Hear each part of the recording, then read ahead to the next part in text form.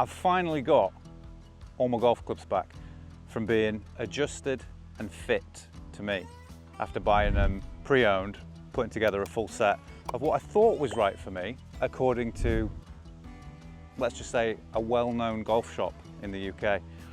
But almost everything's changed, so let me talk you through what we've done. So in terms of my irons, 5 to 9 iron have all gone up by ½ an inch. So that was pretty straightforward. Pitching wedge and approach wedge both went up by ¼ inch. And then my wedges are all a bit different. So 52 degree has been shortened by ¼ inch, 56 has been shortened by ½ inch, and the 60 has been shortened by 0.75 of an inch. Now, I'm blaming my 91 on that. I think if I'd have had these clubs then, I'd have shot 75. Now Melvin from Four Counties Golf, he's a dude. He's the guy that made all this happen for me, and he asked me what my best club was, and obviously I said my 7 wood, because, well, you've seen, and you would have to agree. So that was the prodigal son, and it's what we based all of the other clubs off. So the 7 and the 5 wood haven't changed in terms of length, but the driver, that came down by 0.75. Putter has gone up by 1 inch because he said I look like the Hunchback of Notre Dame trying to putt. That's all the adjustments in terms of length, and then obviously I wanted everything grip to like because it was all a mismatch and every club felt different and it was horrible.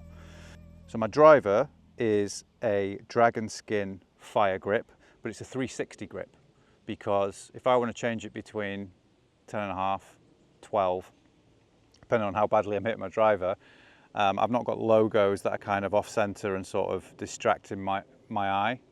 That's my excuse anyway. In terms of irons and wedges, everything else is just the regular dragon skin fire grip. We had the option to choose whatever. I like rock and roll. And when he said, what about these dragon skin fire grips? Like, yep, sold. I don't even need to look at the Melvin. The black and red, perfect. Not pissing about with golf pride, no offense, but I'm here for the dragon skin. So this is my 60 degree next to an 8 iron.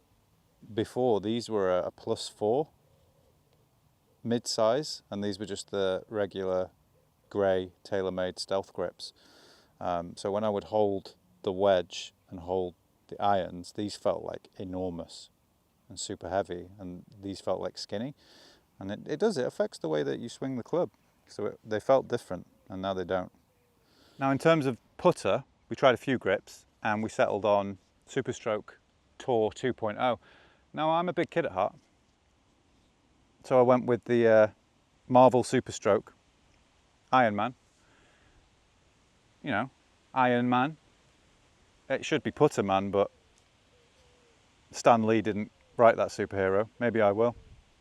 He's put a Superstroke weight in the top as well and balanced the grip to the head. Before, the putter head felt super heavy and waggly, and now it just feels very much like an extension of my arms. But really well made. I thought it stood the potential to be a little bit cheesy, but it's not. I think it has a bit of flair to the bag. Should make me better at putting, or at least I can have the confidence to know that all the equipment is bang on, and if I make a shit putt like you've seen, it's definitely on me.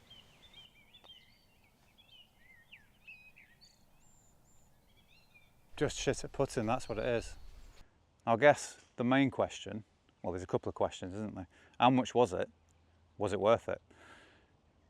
I think we were around 220 quid for the initial consultation, and then me bringing my clubs in, all the length adjustments and the regripping and the grips.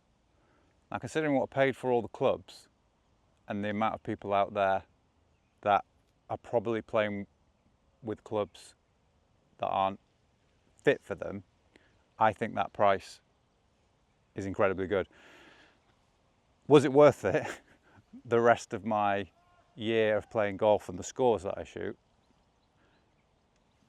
only time will tell. But I like the fact that I can go out with this bag of clubs now knowing that they are right for me, and all of the improvement is down to me. You know, like this set, brand new, would have been the best part of what, probably 2.5, 3 grand. I've got it closer to 1, piecing it together online, pre-owned deals. To get those tweaks, I think, is a pretty smart thing to do, and I won't be changing anything for a while. You heard that here.